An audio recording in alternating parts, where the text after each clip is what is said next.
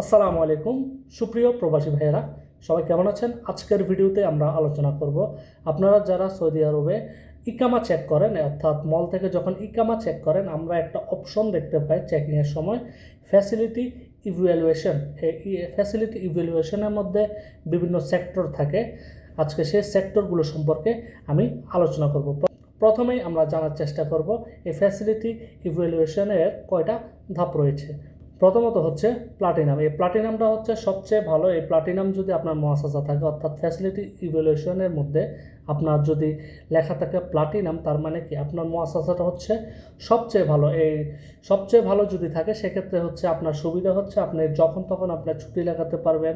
এছাড়াও আপনি যে ইকামার রিনিউর ক্ষেত্রে আপনার কোনো সমস্যা নেই, অর্থাৎ যখন ফ্যাসিলিটি ইভ্যালুয়েশন এরা যখন আপনার থাকবে প্লাটিনাম থাকবে, সেক্ষেত্রে আপনার কোনো প্রকার সমস্যাই হবে না। এরপরে সেই গ্রিনটা কখন থাকে? গ্রিনের ক্ষেত্রে কিন্তু আবার তিনটা ধাপ আছে, লো, মিডিয়াম, হাই। এই গ্রিনটা থাকলেও বেসিক্যালি কোনো প্রকার সমস্যা হয় না। আপনি চাইলে অন্য জায়গায় কাফেলা হতে পারবেন কপিলের অনুমতি নিয়ে, অথবা আপনার ছুটিতে গেলেও কোনো সমস্যা নেই, বা আপনার ইকামা বানালে সেক্ষেত্রেও আপনার কোনো সমস্যা হবে না যদি আপনার ফ্যাসিলিটি ইভ্যালুয়েশনের মধ্যে গ্রিন লেখা থাকে।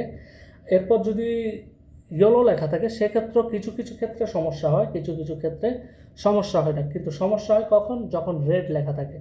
যদি রেড লেখা থাকে সেক্ষেত্রে হচ্ছে কি সমস্যাটা সেটা আপনার কপিলই ভালো বলতে পারবে, অর্থাৎ কপিল বা কোম্পানি ভালো বলতে পারবে। কিন্তু আমরা একটা ধারণা দিতে পারি যে এই সমস্যাগুলো হতে পারে। যেমন মুআসাসাতে যদি কোনো প্রকার সৌদি নিয়োগ না দেয় সেক্ষেত্রে হচ্ছে আপনার মুআসাসাটা আপনার যে ফ্যাসিলিটি ইভ্যালুয়েশন আছে সেটা রেড দেখাতে পারে।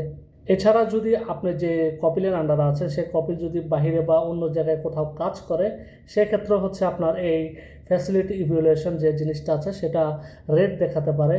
এছাড়াও যে আপনার সরকারি যে পেমেন্টগুলো রয়েছে সেই পেমেন্টগুলো যদি আপনি না করেন, যেমন জাকাত, এছাড়া হচ্ছে যে ট্যাক্সগুলো রয়েছে বা আপনার রিনিউল যে ফিগুলো আছে সেগুলো যদি আপনি সময় মতো পরিশোধ না করেন সেক্ষেত্রে অবশ্যই আপনার যে ফ্যাসিলিটি ইভ্যালুয়েশন সেটা রেড দেখাতে পারে।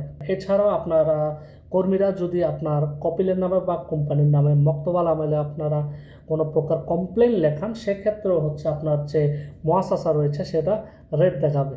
এই রেড দেখালে বেসিক্যালি হচ্ছে আপনার যে ইকামা নতুন করে রিনিউ করা বা আপনার যদি কাফেলা হতে চান, এই ধরনের যে সমস্যাগুলো আছে, আপনার ছুটি লাগাতে চান সেক্ষেত্রে হচ্ছে আপনার এই সমস্যাগুলো আপনি ফেস করবেন। আপনি চাইলে ছুটি লাগাতে পারবেন না বা ইকামা রিনিউ করতে পারবেন যতক্ষণ না পর্যন্ত এটা গ্রিন হয়।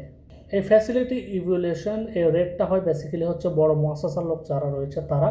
ছোটো মুআসাসাতে তেমন কোনো প্রবলেম হয় না। এটা যদিও রেট দেখায় কিন্তু যখন আমাদের ইকামা রিনিউ অথবা ছুটি লাগানোর সময় আসে দেখা যাচ্ছে এটা কপিলের সাথে সমঝোতা করে কিছু সামান্য ফি দিয়ে এটা আবার পুনরায় আমরা গ্রিনে নিয়ে আসছি। কিন্তু বড় মুআসাসার ক্ষেত্রে সেটা অনেকটা জটিল হয়ে পড়ে। আবার অনেক সময় আমরা যখন ইকামা চেক করি তখন আমাদের এই লেখাটা আসে। এই লেখাটা যখন আসবে সেক্ষেত্রে আপনাকে বুঝে নিতে হবে হচ্ছে আপনার মুআসাসাটা বন্ধ হয়ে গেছে, অর্থাৎ আপনাকে কোনো প্রকার হুরুপ বা খুরুচ না দিয়ে আপনার এই মুআসাসাটা বন্ধ হয়ে গেছে। সো আশা করি ভিডিওটা ইনফরমেটিভ হয়েছে। যদি ভিডিওটা ইনফরমেটিভ মনে হয় সেক্ষেত্রে লাইক, কমেন্ট, শেয়ার করে পাশে থাকবেন। আর যারা ইউটিউব থেকে দেখছেন চ্যানেলটা সাবস্ক্রাইব করে পাশে থাকবেন। ধন্যবাদ।